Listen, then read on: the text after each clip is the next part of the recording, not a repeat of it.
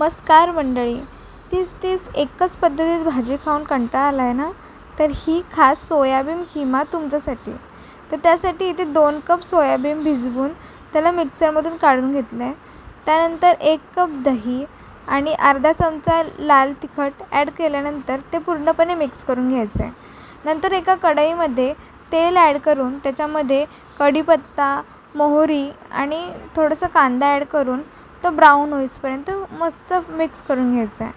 नंतर त्याच्यामध्ये 1 चमचाभर आलं लसूणची पेस्ट ॲड केल्यानंतर सर्व मसाले ॲड करायचे, जसे की लाल तिखट, गरम मसाला, हळद.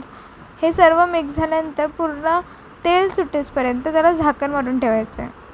नंतर पुन्हा त्याच्यामध्ये हिरवे वाटाणे ॲड करायचे आहेत. तुम्ही हिरवे वाटाण्याच्या जागी मटर देखील ॲड करू शकता. नंतर ते देखील मिक्स झाल्यानंतर त्याच्यामध्ये कांदा, टोमॅटो आणि मिरचीची प्युरी ॲड करून घ्यायची आणि प्युरी ॲड केल्यानंतर थोडा वेळ झाकण मारून ठेवायचे. जेव्हा त्याला पूर्ण तेल सुटेल त्यानंतर जो आपण मॅरिनेट केलेला तो खिमा होता सोयाबीनचा, तो ॲड करून टाकायचा आहे.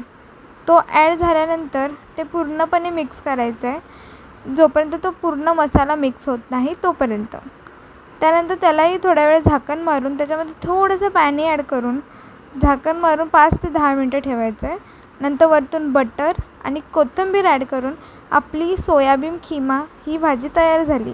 कशी वाटली रेसिपी नक्की कमेंटमध्ये सांगा. धन्यवाद.